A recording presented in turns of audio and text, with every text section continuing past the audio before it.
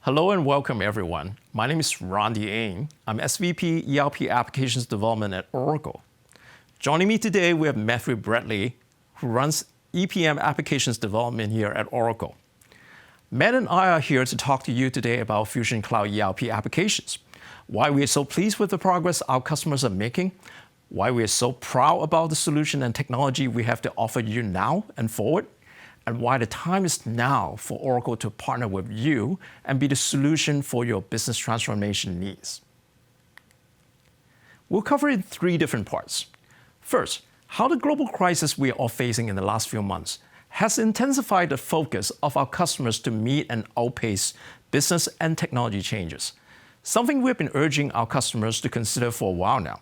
We'll show you a few customer examples there. Second, how our vision on finance innovation has been supporting our SaaS customers' transformation journeys now and going forward. Last, we understand you can't control the next big thing the world reviews, but you can control how you prepare for it, how our ongoing cloud innovation helps define your future, and how you can partner with Oracle starting now. So let's start with a few customer examples. Let's start with Federal Express. FedEx has been rolling out SaaS ERP globally for a couple of years, starting with the first phase, ERP supply chain deployment of their Genco subsidiary, and then moving on to their main Federal Express ERP rollout to replace a number of PeopleSoft and SAP ERP instances. They've already gone through 4 to 5 phases already, with the last phase just went live in the past August, bringing them to a total of 47 countries already live on our Cloud ERP. And that's another 16 countries targeted to go live by December 1st. Now, they're just not able to roll out on time and scale during this very demanding period for the business, but they're also able to leverage innovation like real-time analytics and drill down to dynamically manage and distribute their delivery capacity to really handle the ever-changing demands during the pandemic. Next is Western Digital. Western Digital is coming from a merger of 3 Fortune 500 companies, including Western Digital itself, SanDisk, and Hitachi Storage.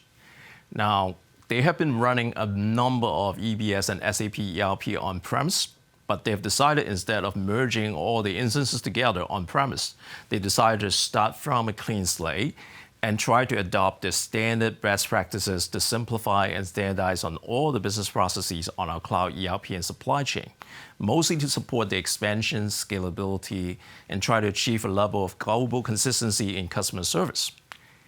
Now, they have been live on finance and procurement since July 2017, and this year they just also went live with supply chain and manufacturing, replacing the entire back office footprint with our Cloud ERP and supply chain. The customer definitely is very pleased with the achievement that they have done and also kind of all the time to value benefits and objectives that they've defined for themselves. But at the same time, they were generally pleased with achieving a level of resiliency in their SaaS platform during this particular challenging times. Matt. Sure, thanks, Randy. Let's talk about MGM Resorts. Based in obviously Las Vegas, they're the global leader in the entertainment business, and they had a unique challenge in terms of their back office had basically lagged in terms of technical innovation. They were looking to replace their outdated legacy systems, and through that process increase the level of efficiency, specifically around the close. By uplifting to the Oracle Cloud, they've removed a lot of the manual steps in finance. They've actually improved the reporting across the board, and more importantly, they've been able to attract new talent into finance through this innovation. The general value that they're seeing right now, given the business conditions, is the ability for them to leverage the flexibility in this platform and this investment to really evolve as their business changes and moves forward. Up next, we have Lululemon, who's trying to inspire us to try out the sweat life. Lululemon's got a 5-year strategy that's based on 3 prongs. First off is product innovation. So how can they introduce their line of products to office wear, travel wear, and commute wear? They're also looking at investing in an omni-channel presence for their members, for their customers. So regardless of whether you interact with Lululemon online or through brick and mortar or the more pop-up style arrangements, you're getting the same experience. And last but not least is a market expansion overseas and international. What they've done with their move to cloud is been able to model these multiple scenarios. They've leveraged the integration that we've put in place and the efficiencies that they gain, and have up-leveled to a more sophisticated driver orientation forecasting, looking at financial plans, operational plans, as well as investment prioritization. Obviously, with the challenging business conditions today, it's a muscle they're using on a much more shorter time frame and doing a level of crisis planning to figure out how they can resolve their business and drive forward in a growth perspective given the challenging times. And last, we have Office Depot. Office Depot, like many of our other examples, have an outdated legacy infrastructure in place and look to the Oracle Cloud to help them transform. They wanted to shift from being a provider of Office products to being a provider of a platform offering products, services, and solutions to their customers. They also wanted to leverage a lot of their assets, their 45,000 associates, their 1,800 stores, and the fact that they do business in over 59 different countries. And again, by shifting to the Oracle Cloud, they're able to leverage that shift and that transformation. Thank you, Matt. Let's talk to a customer of ours. Joining me today is Linda Weber, VP, Supply, Manufacturer, and Finance Technology at Kroger. Welcome, Linda. Now, let's start with you describing a little bit about Kroger, your role there, and a view to the recent business challenges. So the Kroger Company, we were founded in 1883. We're headquartered in Cincinnati, Ohio, and we run over 2,700 grocery retail stores under a variety of banner names. The stores are a combination of supermarkets, the seamless digital shopping options. So food manufacturing is core to the offerings that we provide for our customers. We also run over 1,500 fuel centers and 2,200 pharmacies. My role in particular with Kroger, I support from the Kroger technology and digital side of the house, the supply chain, the manufacturing, and the finance organizations. It's been a very interesting 2020, as we all know. I don't know that anybody could have predicted what this year would unfold. It's been very interesting supporting that part of the organization while also we have 2 large Oracle projects going on right now. The one project is we are reinventing how we manage and view and provide visibility throughout the supply chain to all of our inventory. At the same time, we are also in the process of revamping our accounting and finance systems. So we're in various stages of go live at this point, and it's been really, everybody would love to have already, been a year ahead of it when the pandemic hit, but we didn't have that luxury. So now it's become very apparent that where we have been focusing our energies will really position us for that future state of whatever that customer shopping behavior becomes in the future, we will be prepared. Now, clearly the past few months have drastically changed the way business is conducted. Everything from remote employees to closing the books in the cloud while safely serving customer needs. Tell us about the impact of this disruption on Kroger and the renewed focus it placed on pushing forward with the system modernization effort in the midst of the upheaval. So first and foremost, the safety of our associates, both in the stores and in the offices, was priority 1. So we very quickly made the decision that our associates would begin to work from home. With the implementation of the systems, obviously we had quite a large number of contractors that we were also working with. Now, we did have the benefit of the teams were already in place when we all decided to work from home. But it was very interesting because we have been running the projects in an agile fashion, which obviously introduces some rigor, but also a very normal cadence. And we really got behind making sure that we stayed on the cadence of the meetings, creative ways to do the ceremonies. We did some days that it was, fun hat day, just to really kind of take people's minds off the fact that they were doing everything, working remotely because of a pandemic. So we really leaned in on de-stressing the work environment for our associates so that they could focus in on the work that was being done. It was very interesting to me.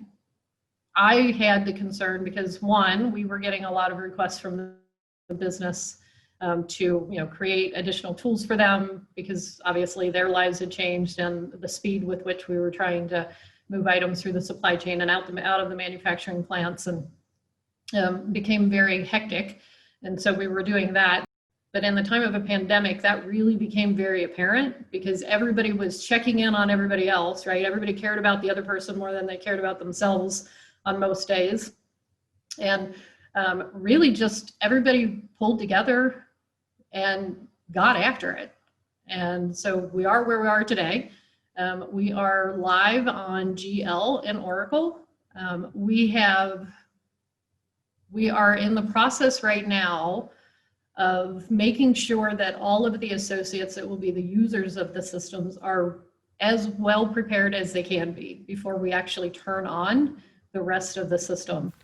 I'm sure having the agile methodology in place helped. Were there any big learnings during the remote implementation? Any unique approach you have taken to keep the project on track? I think the big learning on that one was we as technologists were really used to working from anywhere to begin with.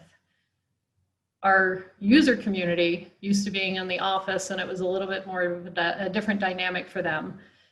And as a result of that, I think that where we did not spend as much time early enough was on the change management piece of it. And so that's really where we're doing the heavy lift right now, is really focused in on the change management and making sure that everybody is well prepared. So when we go live, it is not something that we did to them, right? It is something that they truly are looking forward to and embracing so that it's a smooth transition for all the associates. I think the big thing that we did that helped everybody and is helping us right now even is, and I don't know that we've ever done it on a project of this magnitude before, is we've been running in parallel since the summer. So it has created a burden on the associates that do the accounting work, but it has helped everybody really understand what's new, what's different. And they've actually embraced, in spite of the fact that it's created more work for them, they've actually embraced it because they are getting more and more comfortable with the new system. Yes, change management is almost a universal challenge that we've heard from cloud customers across all these digital business transformation projects. Now, running in parallel is a good technique to sort out issues earlier on. Now, let's pivot to the role of data and a change in customer buying patterns. How does Kroger bring shifting buying pattern data together with the finance systems to help drive new offerings, services, products, or just get a better look at the state of the business? You really have to understand the customer and look at their data and look at their shopping habits and the shopping patterns and make sure that we're providing even merchandising assortment and promotional assortment that is relevant to the shoppers of tomorrow. I'm not the shopper of tomorrow, right? It's my nieces, it's my nephews, it's my great nieces and nephews in the future. And the world's changing so fast. I mean, just look around, right? And it's exponential how quickly it's changing, and that data is changing right along with it. But we very quickly started to take a look at the data and saying, okay, the shopper habits have changed. How have they changed, and how can we serve them? And we very quickly course corrected to onboard a lot of suppliers that we would not have traditionally worked with. So suppliers of restaurant-sized quantity lasagnas. And now we're starting to really take a deep breath and take a look at the data and say, what is it that our customers need us to do next? Where are they going? How are their shopping habits changing? And then how do we most cost effectively get that in the hands of the customer? And that could be by putting it on the shelves, but we have a seamless pickup, the seamless digital shopping experience, where we do delivery and we offer pickup. We have facilities where we have turned it into a pickup only location. So we've got better visibility of the items and where they are in the supply chain. We're marrying that with what we're seeing in the customer data in terms of what items matter most to them to make sure that we have the items on hand. And then how do we most cost effectively get that into the hands of the consumer in a way that they want it to be served up to them? And so it's a very interesting, it's a very interesting data problem to marry all of that together. It's very nice to hear that the cloud platform provides you better visibility into customer buying patterns and supply chain and be able to serve them timely and in a cost-effective manner. So tell us about the role that Oracle is playing in helping Kroger achieve its vision. In the last several years, we've invested very heavily in a seamless digital experience for our customers. That has also with organizations such as VitaCost and Home Chef. It's expanded our pickup locations to over 1,000 stores at this point. And as we started to take a look at our system, so our current accounting system that we're in the process of replacing is decades old, homegrown. You can imagine the amount of custom coding that has been put in there over the years. But every time we wanted to do something new, stand up a new business unit, merge with a different line of business, it became very hard for us to make the changes within the legacy systems. It's true for the inventory systems as well as the accounting and the finance systems. We stood up the projects to replace the accounting system as part of what we had termed our modernization efforts. So we really pushed it from a modernization standpoint because we saw, and the amount of work that it required for us, but the business felt the pain every time we needed to make a change because it took us months and a lot of investment to get there.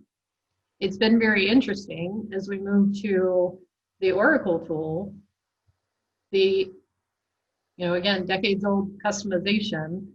We've not hit any situation where we can't use the Oracle code as it is, configured the way we want it to provide the outputs. What I'm excited about is then we can quickly pivot to machine learning, the IoT, the cool glitzy tools that are now at our disposal when we go live. And then taking that education, that learning, and really applying it to business problems and working side by side with the business teams to help them understand and embrace and really unlock the value of moving to the cloud solution. So the modern cloud platform and its configuration flexibility eliminates the need for these old customizations. Now you can pivot to focus on new tooling like machine learning, IoT, etc. Awesome. Now many of our viewers today are in the midst of their own finance transformation vision and journey. What advice would you have for organizations adjusting to the fast-changing business conditions while simultaneously managing a finance transformation implementation? I think the biggest things, all change is hard. It just is. And it's especially hard for business units. I think the advice that I would give is one, make sure that you've got strong business partnerships that are being open and candid and likewise with them. We've had the benefit of having some great business leaders working with us on the project, and I could not be more thankful. We're coming from decades old systems. Do not underestimate the data integrity. But the best part, in my opinion, of where we're going is the speed with which the system will stay relevant right alongside with our business over the coming years.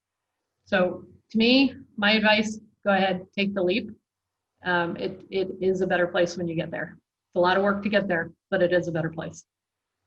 So prepare for change management, get strong business partnership, and don't underestimate data integrity issues. Really great insights. Now I'm sure our viewing audience will find this really relevant and valuable. Linda, on behalf of Oracle, thank you so much for taking the time today and your continued trust and partnership with us at Oracle. Thank you again. Thanks very much, Randy. So as you've heard from our customers, there are three themes that we really want to highlight. First and foremost is this theme of agility. How can we help finance become much more agile, introduce a level of capacity so they can handle much more analytical style processes? Number two, we're also hearing that organizations want to leverage machine learning and advanced analytics and drive the business forward, leveraging this next generation technology. And third, and most importantly, they really want to change the nature of finance and become a business partner and help organizations deepen the collaboration and drive their businesses forward. To illustrate this further, I'd like to welcome George Rodriguez. George is the VP of Transformation at McDonald's. And McDonald's doesn't need much of an introduction. The Golden Arches are one of the most iconic brands globally. But let's start with the size and complexity, George, first. And tell us, what is the key challenge McDonald's is currently facing? Yeah, McDonald's size and scale consists of approximately being in 120 countries.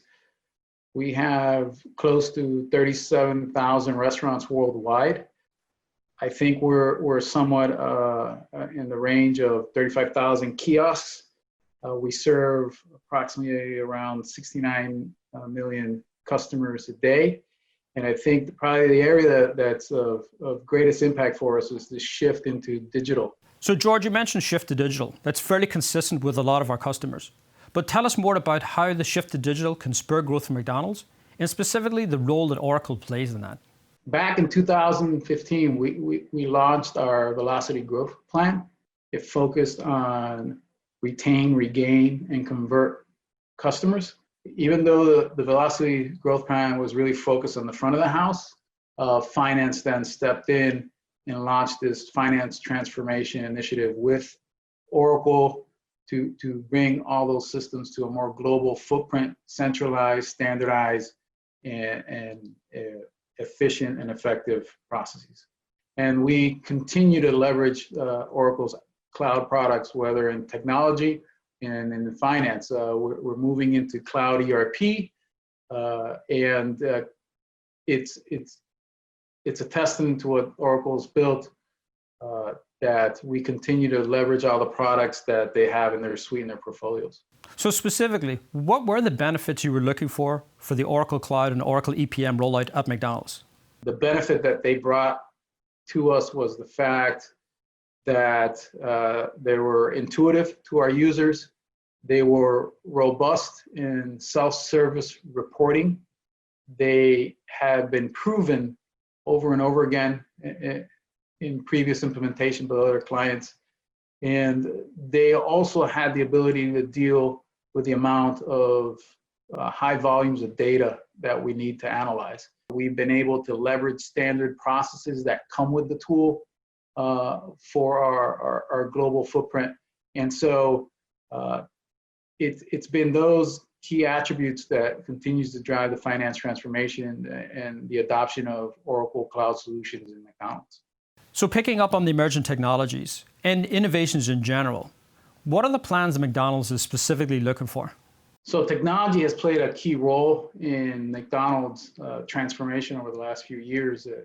So much so that we're committed to it and have acquired a few companies, especially in the voice recognition and artificial intelligence space.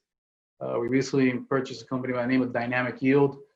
That acquisition, where as we roll it out worldwide with all our intentions, allows us the capabilities of adjusting menus to the consumer, moving you more and more into touchless transactions at the kiosk.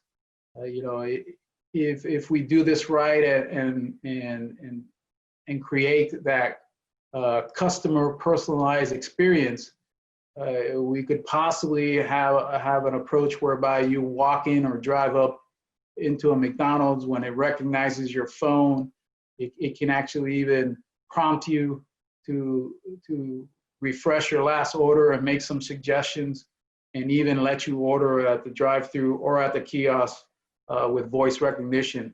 And so it really is all about personalizing, but it's truly driven by all the technology behind it, which heavy in the artificial intelligence space and voice recognition. So tell me why McDonald's decided to partner with Oracle. McDonald's has always been a growth-driven company, and one of the reasons why we chose Oracle Cloud Solutions is because it helps enable us that with one global solution, it'll allow us to create one single source of truth. It'll allow us to move from that decentralized data analysis model and really get very robust across all our markets worldwide. I think the other aspect is just the fact that the Oracle Cloud Solutions are constantly evolving or improving. We're big supporters of that methodology. And when we reviewed Oracle Cloud at the beginning, it was something that really made us very excited about the capabilities. These continuous improvements or rollouts that are either quarterly, monthly, enhance the environment or the solution and actually help you improve and become more efficient. So, those are the things that we're really focusing on. Just the fact that Oracle has integrated artificial intelligence into their cloud solutions is a huge win for us, and we'll continue to leverage more and more as they evolve. So thank you so much, George. Those are very valuable insights that I'm sure most of our audience will really take advantage of. And back to you, Randy. Thank you, Matt. Very nice insights from McDonald's. Now, let me shift gear a little bit to tell you a little bit about Cloud ELP. Our Fusion Cloud ELP is the most complete with the broadest and deepest ELP offering on the market today. And it's not just against any other Cloud ELP vendors on the market, but also even comparing with our own flagship products on-premise, namely eBusiness Suite and PeopleSoft. It's ready for any size customers, from mid-sized companies all the way to the largest global enterprises, any country, any industry. New capabilities, innovations, and many other user experience improvements continue to be delivered quarterly to our customers. Over 900 of these capabilities were delivered last year alone, and also half of these came directly from customer feedback. Now, since all of our customers are always running on the latest code line in our cloud model, our customers have the flexibility to deploy these innovations as they see fit at their own pace with our unique opt-in model. Now, above and beyond being the most complete ERP package on the market, we have been heavily innovating towards the finance vision that Matt outlined earlier. Clearly, machine learning and AI are the key enabling technologies we are embedding wherever they apply. Now, here are a few categories that I want to mention to you. First is about touchless operations. We believe that machine learning will be able to automate most of the transaction processing in finance. Human beings should be involved in focusing on managing exceptions, approvals, and even fine-tuning the machine automation. Second is about continued monitoring. So touchless operations ultimately will lead to continuous close and a near real-time actual view of your business. The monitoring capabilities helps you understand how you're tracking towards your end-of-period finance targets every single day with capabilities like embedded analytics, and will alert you on any surprises. Now, the third part there is predictive planning. Now, with the most up-to-date actual view, you can combine that with other key operational details and management details, and sometimes even with third-party customer and supplier health signals. The machine learning models are going to combine all of that intelligently and help drive predictive trends where you can actually use in updating your forecast continuously. Now, last but not least, we believe that conversational experiences, including delivery through chatbots or digital assistants, are going to help you not just performing self-service transactions like filing expenses or time card, but will also let you navigate between the different insights from the prior innovations and ultimately help you collaborate with other key stakeholders within finance as well as outside finance. Now, let me tell you a little bit about the examples of transaction automation that we recently delivered to our cloud customers. All these capabilities leverage machine learning behind the scene. Now, first, we have intelligent document recognition. This is really a smart OCR capability to help you automate the transaction ingestion into the systems. For example, payables invoices, expense receipts, cash receipts. and is available across multiple different document formats, from scanned images to spreadsheets to XML files, etc., etc.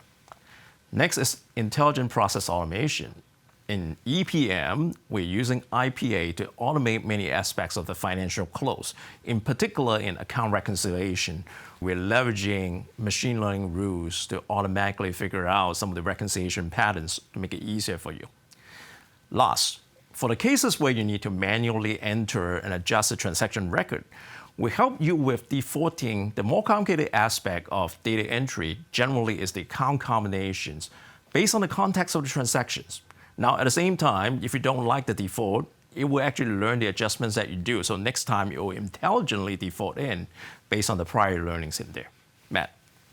Sure. Ronnie mentioned continuous monitoring. So what we have done is just released the ability for you to gain access to that information in a timely fashion, and obviously with the visualizations that you need to in order to fully understand that data. Oracle is managing the streaming of the data from the transactional systems into the autonomous data warehouse. So you're gaining the performance and scalability that provides. But we're not sacrificing the security nor the governance of that data, so you can be safe and sure that the data has been leveraged appropriately and correctly across your enterprise. Ronnie also mentioned the predictive planning. In predictive planning, we have again just recently announced the ability to do auto predictions. So as the planning system ingests more data, we're evaluating that against a series of algorithms, identifying patterns, and then using that to forward project a forecast. The goal here is to see the forecast for that end user. So that end user is starting with an already pre-built forecast that they can then react to and provide judgment against. They can either increase the forecast or decrease the forecast depending on prevailing conditions. But we're not only looking at it from a forecasting standpoint. One of the goals that we both see, Ronnie and myself, is the ability to leverage machine learning to identify trends in the data, to identify correlations, potentially even identifying bias in your data, and really accelerating the insight process. So as we go through our automation and unravel the mechanics of the close and bring that to a more continuous nature, we want to look at the analytical phase in the close process too, and try to leverage machine learning to reduce the time to that insight and decision-making process. And last, as Ronnie mentioned, we have spent a lot of time and energy in our conversational interfaces. This is really about self-service and self-service style transactions. A lot of the users here are occasional users, and so the ability to guide them through this process so we can collect their expenses on time and get them paid on time is important. The ability to predict time card entries and projects, again, is important to get that information done timely and effectively. And that's where a lot of our conversational interfaces and digital assistance is really helping. But we're also extending that into more complex back office style functions. Functions like account reconciliations, where we may have to handle exceptions. And exceptions have to be handled in a much more collaborative basis. So that's why we're extending our digital assistants, not just with SMS, but extending to include collaborative channels like Slack and Microsoft Teams. Thank you, Matt. Okay, so moving on. In addition to all the innovations, we are also very focused on expanding our coverage in industry-specific capabilities, mainly driven by many of the customers adopting our solution in these advanced industries. Let me give you a few examples. Higher education. A couple of years ago, Oracle has acquired a new generation company called Vocado, which specializes on a new generation financial planning, financial aid solution. Where that solution completely automates everything from the application of the financial aid to the packaging of that application all the way to disbursement to the student. This is providing always up-to-date compliance and also comprehensive analytics behind the scene. It has a lot of great momentum being adopted in many prestigious Tier 1 universities as well as many mid-sized colleges as well. Next, we have asset-intensive industries, and there are a few elements in there. First, we have project-driven supply chain, which actually brings the supply chain and the capital-intensive projects capabilities together for many of the high-tech industry customers, communications, and industrial manufacturing customers. Joint venture accounting, venture management are specific for many of the energy and utility sector customers and also being rolled out to those this year. Complex procurement is being rolled out to manage contractor obligations with retainage and negotiated payment terms. Also actually very appropriate for many asset-intensive customers out there. Next, we have US Federal. Now, we have been offering FedRAMP certified cloud data centers and SaaS services for a while now. Now, starting the beginning of next year, we'll begin rolling out a few key federal financial capabilities, including Prompt Payment Act, budget execution, funds control, and digital reporting interfaces with the Treasury. More details to come. Now, last, I'd like to thank you for the trust and partnership of our ever-expanding customer community. Over 7,300 of them, with more than 5,700 of them are live already in the various different stages of their journey. Now, this community has fostered a large ecosystem of users, experts, system integrator, which span across almost every single industry and country out there. And many of these customers have been partnering with Oracle directly in the very beginning stage when they were evaluating the business cases, understanding the approaches to adopt the journey, and through the implementation process, getting a lot of direct support as well as guidance from the product experts to make sure that they deploy the right configuration choices, all the way post-go live, where they're getting a lot of support in terms of managing new innovations as well as change management from Oracle going forward. Now, this customer community is also very active online via our Customer Connect forums, and there are many local direct channels that they're working directly with Oracle, giving Oracle a lot of really amazing feedback and guidance, helping shaping the vision that I mentioned earlier. This partnership between our customers and Oracle is unprecedented across all of the ERP history at Oracle, and it's extremely valuable. Thank you again. Hey, Matt, over to you. Yeah, thanks very much for viewing today. In conclusion, we just want to highlight a couple of things. One is obviously the pace of change is actually going to accelerate as we go forward, be it in technology, be it in try to resolve the business conditions, and really try to move things forward. Now, with the completeness of our solution, the strength of our technology stack, the speed of our innovation, we can really partner with you to help define that future. We're confident that our customer centricity and experience of our customers that I talked about earlier will allow us to help you through that journey and get your organization to a place of success. And we would love that opportunity to work with you and work with you just as we have worked with many of the other customers and really bring your organization to the next level of success. Last, here are some additional ERP sessions in this Oracle Live event you may want to check out. Thank you very much for your time again.